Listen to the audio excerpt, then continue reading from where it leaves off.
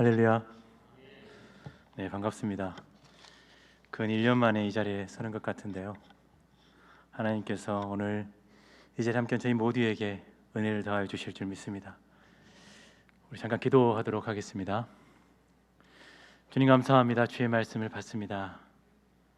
주의 은혜 가운데 거하기 원합니다.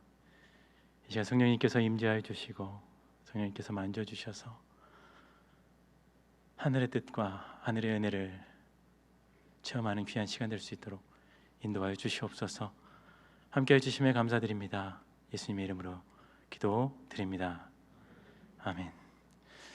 우리 옆에 분들과 잠깐 인사 나눴으면 좋겠습니다. 사랑합니다. 축복합니다. 네, 정말 우리 여수성공교회 모든 성도님들을 사랑하고 축복합니다. 지금 실시간으로 예배드리는 모든 성도님들 또한 이 사랑과 축복이 그 자리 가운데 임하기를 소망합니다. 오늘 김용지 집사님께서 기도 시간에도 말씀해 주셨는데요, 2021년 성광교회 표어가 무엇인지 알고 계십니까? 네네, 뭐 여러 가지가 있는 건 아닌 것 같은데 말씀드려 겹쳐서 그런 것 같습니다. 네, 우리 표어 같이 한번 읽어보도록 하겠습니다. 주여 이제 회복하게 하소서. 네, 맞습니다. 그 어느 때보다도 이 회복에 대한 갈급함이 정말 큰 때입니다. 표와 같이 회복의 역사가 우리 성광교회 가운데 임하기를 소망합니다. 우리의 삶 가운데 그 놀라우신 회복의 역사가, 그 놀라우신 은혜의 역사가 임하기를 소망합니다. 요즘 코로나로 인해서 지금 우리가 교회에서 예배를 드리고 있지만 20%밖에 예배를 드릴 수 없는 상황 가운데 있습니다. 교회에서 자유롭게 예배를 드리지 못하고 있고, 또 사회에서는 소상공인들과 여러 사업의 침체로 인해서 경제적인 어려움들이 계속해서 진행되어지고 있습니다. 또 가정은 어떻습니까? 가족 구성원들 간에는 함께 있는 시간이 늘어나면서 좀 즐겁고 행복한 시간들이 늘어나야 될 텐데 자꾸 힘겹고 어려워지는 시간들이 계속 늘어나는 것 같습니다. 서로의 잘못들을 바라보면서 서로 부딪히고 상처를 주고 아픔을 주는 경우가 참 많아지고 있습니다. 이러한 상황들을 바라보면서 회복에 대한 기대가 점점 늘어가고 있는 것이 사실입니다. 그 어느 때보다도 회복을 기다리는 이때에 오늘 시편의 말씀 131편의 말씀을 통해서 인생의 수많은 문제들 속에서 하나님의 도우심으로 회복을 경험하고 위로와 평안을 체험했던 이 다윗의 고백을 나누면서 그 은혜를 누리는 시간 갖도록 하겠습니다. 오늘 본문 말씀 131편을 볼 때요, 먼저 저는 두 가지를 먼저 마음에 두고 말씀을 바라보아야 된다고 생각합니다. 이 두 가지입니다. 첫 번째는 무엇이냐면, 이 시편의 기자는 누구이냐면 바로 다윗입니다. 다윗의 시편이라는 사실을 놓치지 않아야 합니다. 이스라엘 역사 중에서 가장 위대한 왕이 누구냐면 바로 이 다윗이라는 사람입니다. 다윗이 가는 곳마다 승전가가 울려 퍼졌고, 불가능한 상황 속에서도 승리를 거두며 이스라엘 백성들뿐만 아니라 주변 많은 나라들에게 위협적이기도 했지만 위대하고 정말로 강력한 힘을 가졌던 왕이었습니다. 그것이 첫 번째입니다. 두 번째는 무엇이냐면, 이 시편의 배경이 어떤 상황이냐면 다윗이 자신의 삶을 살았던 삶을 되돌아보면서 이 시편을 썼다라는 사실입니다. 그러니까 순간순간 다가오는 일이 아니라 자신의 인생을 쭉 살아온 다음에 그 인생을 돌이켜보면서 이 시편을 썼다라는 것입니다. 오늘 두 가지가 뭐라고요? 한 가지는 이 시편의 기자가 누구라고요? 그렇죠, 다윗이라는 사실입니다. 또 하나는 뭡니까? 다윗이 자신의 인생을 돌아보면서 이 시편을 썼다라는 사실입니다. 자, 그러면 오늘 1절 말씀을 같이 함께 좀 받도록 하겠습니다. 1절 말씀입니다. 1절 말씀 같이 받겠습니다. 여호와여, 내 마음이 교만하지 아니하며 내 눈이 오만하지 아니하오며 내가 큰 일과 감당하지 못할 놀라운 일을 하려고 힘쓰지 아니하나이다. 저는 1절 말씀을 보면서요, 눈에 들어오는 문구가 있었습니다. 1절 말씀은 쭉 읽어가는데 그 뒷부분에 보면 이런 말씀이 있습니다. 내가 큰 일과 감당하지 못할 놀라운 일을 하려고 뭐 했다고요? 힘쓰지 아니하나이다 라고 되어 있습니다. 그런데 제가 이 말씀을 보면서 제가 처음에 말씀드렸습니다. 이 시편의 기자는 다윗입니다. 다윗이 이러한 고백을 했다라는 것이 좀 이상합니다. 왜냐하면 다윗은 골리앗을 쓰러뜨렸던 사람입니다. 수많은 블레셋과의 전투에서 승리를 거뒀고 사울 왕에게 쫓기는 상황 속에서도 아말렉 군대가 자신의 재산과 가족을 잡아갔을 때 쫓아가서 400명의 군대로 승리를 거뒀던 사람이 바로 다윗입니다. 아니, 이런 사람이 큰 일과 감당하지 못할 놀라운 일을 하려고 힘쓰지 않았다라는 거예요. 말이 됩니까? 힘을 쓰지 않았다니요. 그렇게 힘을 쓰고 열심을 내어서 그 많은 일들을 감당했는데 오늘 말씀에 보면 다윗은 뭐라고 얘기하냐면 힘쓰지 않았다라는 거예요. 그가 했던 전투, 행했던 그 놀라운 일들이 얼마나 많습니까? 잘못된 고백이 아닐까요?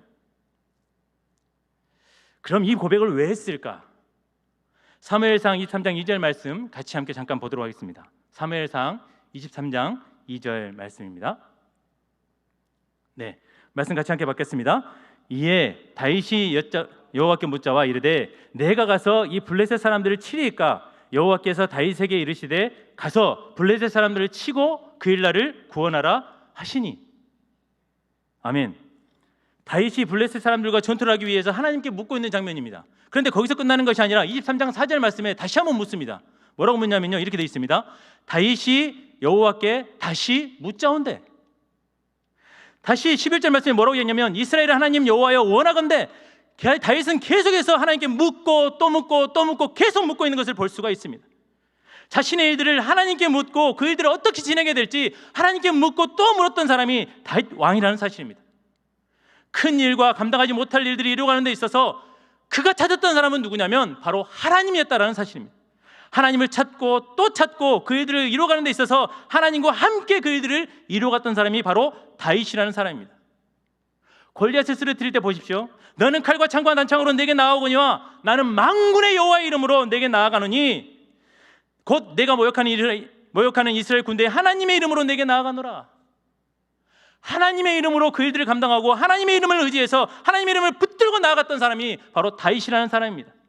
온 힘을 기울였고 가진 모든 것을 총동원해서 그 일을 행했지만 그 일들을 이루어가는 데 있어서 하나님의 뜻과 하나님의 역사와 하나님의 인도하심과 하나님의 강력한 힘이 없이는 그 일들을 이룰 수 없다라는 사실을 다윗은 깨닫고 있었다라는 사실이에요. 자신들이 그 일들을 행했다고 이야기할 수 있지만 그 일들을 이루시는 분은 누구라는 이야기예요? 하나님이시라는 이야기입니다. 그래서 그의 시편 37편 5절 말씀에 이렇게 이야기합니다. 37편 5절 말씀에 이렇게 기록되어 있습니다. 내 길을 여호와께 맡기라. 그를 의지하면 그가 이루시고. 아멘. 그 6절까지 읽겠습니다. 내 의를 빛같이 나타내시며 내 공의를 정오의 빛같이 하시리로다. 아멘. 말씀 계속 띄워주시기 바랍니다. 내 길을 누구에게 맡기라는 얘기입니까? 여호와 하나님께 맡기라는 얘기입니다. 내 힘으로 내 의지로 나의 것을 채우고 내 마음껏 내가 하고 싶은 대로 하는 것이 아니라 하나님을 의지하고 하나님을 바라고 내 길을 여호와 하나님께 맡기라는 얘기예요. 하나님께 맡기되 내 힘을 빼라는 이야기입니다. 내 의지대로 하려고 하는 힘, 내 뜻대로 하려고 하는 힘, 내 욕심대로 하려고 하는 힘, 내 마음대로 하려고 하는 힘, 그 힘을 빼라는 거예요. 우리는 어느 순간인가 말을 할 때 눈에 힘을 줍니다. 그리고 막 손에 힘을 주기도 합니다. 목소리에 힘을 주기도 합니다. 내 욕심대로, 내 뜻대로, 내가 원하는 대로 하려고 했던 그 힘을 빼야 한다는 것입니다. 이제 힘을 뺄 때입니다. 내 힘대로 하려고 하는 것이 아니라 하나님께 나의 길을 맡기고 내 삶을 맡기고 하나님께서 인도해 주시도록 내 길을 여호와 하나님께 맡겨 드려야 한다는 사실입니다.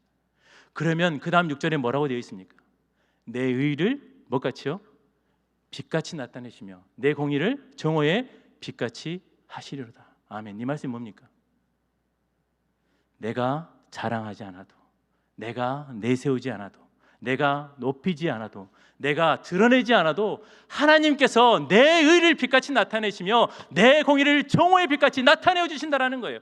내가 나타내지 않아도, 내가 자랑하지 않아도, 내가 원하는 대로 하지 않아도 하나님께서 그 일들을 나타내어 주신다라는 거예요. 우리는 어느 순간인가 내 뜻대로 내 의지대로 나타내려고 합니다.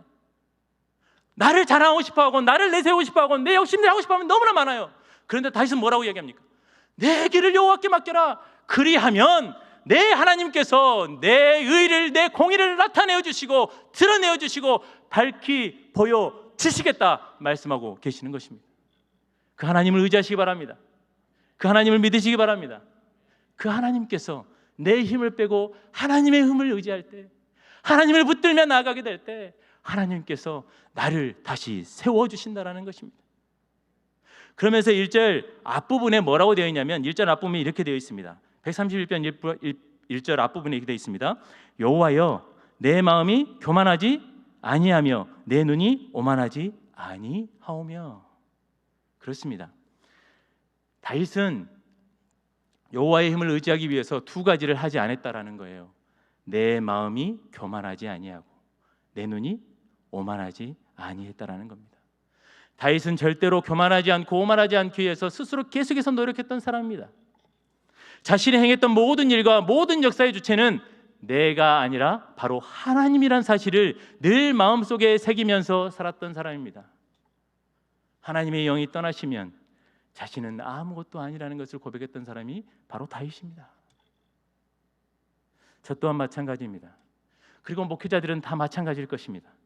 하나님께서 입술을 주장하여 주시지 않으면, 하나님께서 지혜를 주장하여 주시지 않으면, 하나님께서 사역을 주장하시지 않으면 어떻게 그 일들을 감당할 수 있습니까? 우리의 삶을 한번 보시기 바랍니다. 하나님께서 건강을 막으시면요, 하나님께서 재산을 막으시면요, 하나님께서 지혜를 막으시면, 관계를 막으시면 어떻게 됩니까? 살 수 있습니까? 하나님께서 막으시면 어떻게 하겠습니까? 아무것도 할 수 없습니다. 하나님 앞에서 자신이 가진 능력, 재산, 건강, 인간관계 아무리 내세워봐야 무슨 소용이 있겠습니까? 하나님 앞에서는 자랑할 것이 없습니다. 그래서 다윗은 그렇게 이야기하는 거예요. 여호와여 내 마음이 교만하지 아니하며 내 눈이 오만하지 아니하오며. 아멘. 그 하나님의 이름을 의지하며 나아가게 될 때, 하나님을 잠잠히 붙들며 나아가게 될 때 하나님께서 내 삶의 길을 열어주시고 내 삶의 길 가운데 함께해 주실 것을 믿습니다. 그러한 삶의 모습으로 살아갔을 때 다윗의 삶 가운데 이루어진 것이 무엇인지 2절 말씀에 나와 있습니다. 그런 삶을 통해서 2절 말씀에 어떠한 일이 일어났는지 보도록 하겠습니다. 2절 말씀입니다. 실로 내가 내 영혼으로 고요하고 평안하게 하기를 젖된 아기가 그의 어머니 품에 있음 같게 하였나니 내 영혼이 젖된 아이와 같도다. 아멘. 그의 삶 가운데 이루어진 게 무엇입니까? 실로 내 영혼으로 고요하고 평안하기를. 교만하지 않고 오만하지 않았을 때, 하나님을 의지함으로 나아갔을 때, 하나님을 붙들며 나아갔을 때 고요함과 평안함을 누릴 수 있었다는 사실입니다. 말로만 하나님을 의지했던 거 아닙니다. 그냥 말로서만 하나님 의지하겠습니다, 말로서만 의지했던 것이 아니라 전적으로 하나님을 의지하고 전적으로 하나님을 신뢰했을 때, 지금의 상황이 절망적이고 낙심하고 실망스러운 상황 가운데 있음에도 불구하고 하나님을 의지하며 나아갔을 때 하나님께서 고요하고 평안함을 누릴 수 있도록 그 모든 것들을 허락해 주셨다는 것입니다. 그 모습을 통해서 뭐라고 말씀하시냐면 젖된 아기가 그의 어머니 품에 있음 같게 하였나니 내 영혼이 젖된 아이와 같도다. 이렇게 고백하고 있습니다. 젖된 아이가 그의 어머니의 품에 있음 같게 하였다라고 이야기하고 있어요. 이 말씀을 보면서 저의 가정 가운데 요즘 계속해서 일어나고 있는 현상입니다. 네, 넷째가 태어나서 아이를 바라보는데 이 젖된 아이가 엄마의 품에서 잠자는 모습을 보면 정말로 평안한 것을 볼 수가 있습니다. 엄마의 품에 배고픈 아이가 젖을 먹고 난 후에 엄마의 품에 안겨 있을 때 아이에게는 주변에 어떠한 일이 일어나도 상관이 없습니다. 엄마의 품에 있으면 전쟁이 일어나고 지진이 일어나고 비바람이 몰아쳐도 그 아이에게는 상관이 있습니까? 없습니까? 상관이 없습니다. 어디에 있기 때문에요? 엄마의 품에 있기 때문에 그 아이는 불안하지 않습니다. 평안하고 평안한 마음으로 그 어머니 품에 안겨 있는 것을 볼 수가 있습니다. 그 엄마의 품이 가장 안전하기 때문입니다. 다윗의 시편 중에 우리에게 아주 익숙한 시편이 있습니다. 바로 시편 23편의 말씀입니다. 시편 23편 1절과 2절 말씀에 보면 정말로 평안하고 정말로 안식을 누리고 있는 그 모습을 볼 수가 있습니다. 우리 1절과 2절 말씀 같이 받도록 하겠습니다. 여호와는 나 쉴만한 물가로 인도하시는도다. 푸른 푸른 초장과 쉴만한 물가, 얼마나 평안없습니까? 시편 23편의 1절과 2절 말씀을 보면 너무나 평안합니다. 모든 근심이 없고 걱정이 없고 아무 문제가 없는 듯 평안하고 안전한 곳에 누워있는 것처럼 보입니다. 그런데 23편 4절과 5절 말씀을 보면 어떻습니까? 사망의 음침한 골짜기로 다닐지라도 5절 말씀에 내 원수의 목전에서 내게 상을 차려주시고 기름으로 내 머리에 부으셨으니, 다윗의 상황이 얼마나 힘겹고 어려운 상황인지 알 수 있습니다. 자신의 상황이 원수의 목전에 있는 것처럼, 사망의 음침한 골짜기로 다니는 것처럼 힘겹고 어려운 상황 가운데 있지만, 오늘 1절과 2절 말씀에 보는 것처럼 여호와께서 나의 목자가 되어주시면, 여호와께서 나를 풀밭과 쉴만한 물가로 인도해 주시는 그 은혜와 그 사랑이 나의 삶 가운데 임하게 된다는 것을 볼 수가 있습니다. 지금 내 상황이 사망의 음침한 골짜기로 다니는 것처럼, 내 원수의 목전에 있는 것처럼 힘겹고 어려울지 모르겠지만, 하나님께서 나의 목자가 되어주시면, 하나님의 품에 거하게 되었을 때, 하나님의 인도하심에 거하게 됐을 때 내 삶 가운데 얼마나 많은 은혜와 안식과 평안함이 주어지는지 오늘 시편 23편에서는 그대로 기록하고 있는 것을 볼 수가 있습니다. 다윗을 바라보시기 바랍니다. 얼마나 위급한 상황이 많았습니까? 얼마나 힘겨운 상황이 많았습니까? 그 어려운 상황들, 그 힘겨운 상황을 바라볼 때마다 다윗은 하나님의 품에, 여호와 하나님의 품에 거함으로 인해서 그 어려움과 그 고통과 그 시련 속에서도 평안함과 안식함을 누릴 수 있었다라는 사실입니다. 믿으십니까? 때로는 우리가 불안하기도 합니다. 때로는 우리도 초조하기도 합니다. 그렇지만 여호와 하나님께서 우리의 길을 인도해 주실 때, 여호와의 품에 거하게 될 때 우리에게 젖된 아이가 어머니의 품에 있는 것처럼 그 안식과 평안을 누리게 될 줄 믿습니다. 그리고 그 말씀의 결론이 3절 말씀에 나와 있습니다. 3절 말씀 같이 함께 받도록 하겠습니다. 이스라엘아, 지금부터 영원까지 여호와를 바랄지어다. 아멘. 그의 결론이 3절에 나와 있습니다. 지금부터 영원까지 여호와를 바랄지어다. 하나님을 바라보는 인생이 되어야 된다는 사실입니다. 하나님과 함께 걷는 인생, 하나님의 뜻을 바라보며 살아가는 인생이 되어야 한다는 사실입니다. 하나님은 보물 창고와 같습니다. 지혜의 창고이며 힘과 권력의 창고입니다. 하나님을 의지하며 하나님을 바라보아야 합니다. 어느 날 저희 집에서 있었던 일입니다. 이 셋째 아이가 학교에서 상을 하나 받아왔습니다. 이 상을 받아오고 나서 그냥 넘어갈 수 없었는지 자꾸 저에게 이야기를 합니다. 자기가 상을 받았다고요. 얼마나 열심히 했으면 상을 받았겠냐고, 얼마나 착실하게 했으면 상을 받았겠냐고 계속해서 저에게 상을 받았다고 이야기를 하는 겁니다. 제가 고민을 하다가 제 셋째에게 이렇게 이야기했습니다. 그럼 아빠가 상을 줄게. 셋째가 기대하는 얼굴로 저를 바라보더니 아빠 뭘 줄 거야? 물어보는 거예요. 그래서 제가 이렇게 이야기했습니다. 아빠를 줄게. 바로 이어서 들려오는 셋째의 힘드렁한 목소리, 아주 기분 나쁜 목소리로, 됐어, 차라리 안 받을게. 아니, 용돈을 준다든지 게임을 할 수 있도록 만들어준다든지 맛있는 간식을 사준다든지 해야 되는데 그런 것은 하나도 없고 그냥 아빠를 준다고 하니까 얼마나 실망했겠어요. 너무나 실망한 모습으로 됐다는 거예요. 그런데 보시기 바랍니다. 간식은 누가 사줍니까? 게임할 수 있도록 컴퓨터는 누가 사줍니까? 네, 용돈은 누가 줍니까? 아빠가 줍니다. 아빠를 받으면 모든 것을 요구할 수 있습니다. 그런데 눈에 보이는 것이 없어요. 눈에 보이는 것이 없으니까 됐다는 거예요.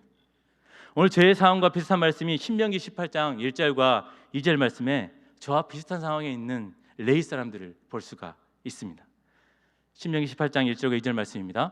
같이 받겠습니다. 레위 사람 제사장과 레위의 온 지파는 이스라엘 중에 분깃도 없고 기업도 없을지니 그들은 여호와의 화제물과 그 기업을 먹을 것이라. 그들이 그들의 형제 중에서 기업을 가지지 않는 것은 여호와께서 그들의 기업이 되심이니 그들에게 말씀하심 같으니라. 아멘. 다른 11지파에게는 다 땅을 나눠줬습니다. 다 땅을 나눠줬어요. 그런데 1절 말씀에 보는 것처럼 레위 지파에게는 기업도 없고 분깃도 없다고 말씀하십니다. 그리고 2절 말씀에 뭐라고 이야기합니까? 그들이 그들의 형제 중에 기업을 갖지 않은 것은 여호와께서 무엇이 되어주셨다고요? 그들의 기업이 되어주셨다라고 말씀하고 계십니다. 그들이 기업이 되어주셨다라는 거예요. 그러니까 저처럼 하나님 아버지를 선물로 준 겁니다. 다른 지파들과는 다르게 하나님 아버지를 그냥 기업으로 주신 거예요. 그런데 레위지파를 보면요, 기업도 없고 풍기도 없는데 매달리지 않습니다. 왜 그랬을까요? 여호와께서 그들의 기업이 되시기 때문입니다. 여호와 하나님의 이름은 그들에게 기업이 되었다는 건 무엇입니까? 모든 만물을 창조하시고 운행하시고 다스리시는 하나님, 그 하나님의 이름이 기업이 되어지게 될 때 더욱더 놀라운 것들을 받을 수 있다는 사실. 하나님이 우리의 기업이 되어주시면, 하나님이 우리의 선물이 되어주시면, 하나님과 우리 함께 해주시면 그 모든 것들을 함께 해주실 수 있다는 사실입니다. 그러나 우리는 어떠합니까? 눈에 보이는 것, 손에 쥘 수 있는 것, 소유할 수 있는 것에 더 집중하며 살아갑니다. 하나님의 거룩하신 이름을 붙들고 그 이름을 소유하기 위해서 매달리기보다는 세상의 것들을 소유하고 세상의 것들을 얻고 세상의 것들을 기업으로 분깃으로 삼고 하는 경우가 얼마나 많습니까? 세상의 것들을 더욱더 많이 가지기 위해서, 세상의 것들을 더욱더 많이 누리기 위해서 우리는 얼마나 힘쓰고 있는지 모릅니다. 하나님께서는 레위지파를 통해서 우리에게 보여주십니다. 먹을 것, 입을 것, 쓸 것을 하나님께서 채워주신다. 하나님만 바라볼 수 있도록, 하나님의 손길만을 의지할 수 있도록, 하나님의 도우심만을, 하나님의 채워주심만을 바라볼 수 있도록 하나님께서 기업이 되어주셨다는 사실이에요. 하나님께서 주시지 않으면 굶고, 허락하지 않으시면 참고, 버티고, 인내하도록, 기다리도록 만드셨습니다. 그런데 우리의 삶은 어떠합니까? 주시지 않으면 굶기보다는 불평하고, 허락하지 않으시면 참기보다는 원망하고, 기다리지 못하고, 바라보지 못합니다. 왜 이렇게 된 것입니까? 하나님께서 우리의 기업이 되어주셨는데, 하나님께서 우리의 기업이 되어주시고 선물이 되어주셨는데 우리는 여전히 세상 것에 치우쳐서 여전히 채워주시지 않는다고, 왜 주시지 않냐고, 왜 우리에게는 하나도 허락되어진 것이 없냐고 불평 불만할 때가 얼마나 많습니까? 하나님께서 말씀하십니다. 하나님께서 우리의 기업이 되어주셨습니다. 하나님 우리의 기업이 되어주셨어요. 믿으십니까? 역시 힘이 없어 보이십니다.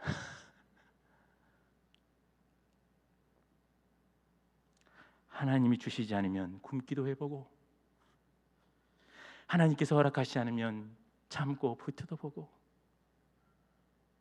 그 기도가 이루어지지 않으면 기다려도 보고, 하나님이 주실 때까지, 하나님이 허락하실 때까지, 하나님께서 인도해 주실 때까지 기다리고 참고 인내해야 되는 때가 우리에게 다가오고 있습니다. 어느 순간부터인가 우리는 너무 불평불만이 많아졌어요. 기다리지도 못할 때가 너무나 많아요. 하나님께서는 레위지파에게 분명히 말씀하고 계세요. 하나님만 바라봐라. 하나님만 의지해라. 하나님만 붙들어라. 하나님만 의지하고 하나님만 바라보게 될 때 하나님께서 그들의 기업이 되어주신다고 말씀하고 계십니다. 그래서 다윗이 3절 말씀에 뭐라고 이야기합니까? 이스라엘아, 지금부터 영원까지 여호와를 바랄지어다. 여호와 하나님을 바라보라는 거예요. 언제부터요? 언제부터? 지금부터라는 거예요. 내일, 모레, 한 달 뒤, 1년 뒤가 아니라 바로 지금부터 여호와의 말씀을 듣고 그 말씀이 나의 마음 가운데 새겨지는 그 순간부터, 여호와 하나님께서 나와 함께 해주심을 믿고 의지하는 그 순간부터, 바로 지금부터 여호와 하나님을 바랄지어다 말씀하고 계십니다. 지금부터 영원까지 함께 하시는 하나님, 나의 영혼까지 책임지시는 하나님, 나의 모든 것을 책임지시는 그 하나님, 그 하나님을 바라보고 믿고 의지하며 나아가라 말씀하고 계십니다. 그 하나님께서 나의 힘이 되어주십니다. 그 하나님께서 나의 능력이 되어주십니다. 그 하나님께서 나의 모든 것이 되어주시는 줄 믿습니다. 그 하나님께서 다윗에게 주셨던 그 고요함과 평안함, 여호와 하나님을 전적으로 의지하며 나아갈 때 주어지시는 그 고요함과 평안함을 통해서 우리의 삶이 다시 회복되어지고 우리의 삶이 다시 위로를 얻게 될 줄 믿습니다. 그 하나님이 다윗의 하나님이시기도 하시지만 바로 우리의 하나님이신 줄 믿습니다. 그 하나님을 바라보며 나아가는 우리 모든 성공의 가족들이 되시기를 소망합니다. 기도하겠습니다. 주님, 어느 순간부터 우리는 참지 못하고 인내하지 못하는 경우가 너무나 많아졌습니다. 눈앞에 보이는 아픔과 눈앞에 보이는 어려움과 눈앞에 보이는 문제들로 인해서 우리의 삶은 점점 불평, 불만, 원망이 너무나 많아지는 경우가 허다해지고 있습니다. 주여, 여호와 하나님을 바라보며 여호와 하나님을 의지하며 여호와 하나님과 함께 걷는 저희 모두가 될 수 있도록 인도하여 주시옵소서. 그 하나님께서 우리와 함께하여 주실 줄 믿습니다. 그 하나님께서 우리의 삶 가운데 회복의 역사를 더하여 주실 줄 믿습니다. 언제나 함께해 주시는 우리 구주 예수 그리스도의 이름으로 기도드립니다.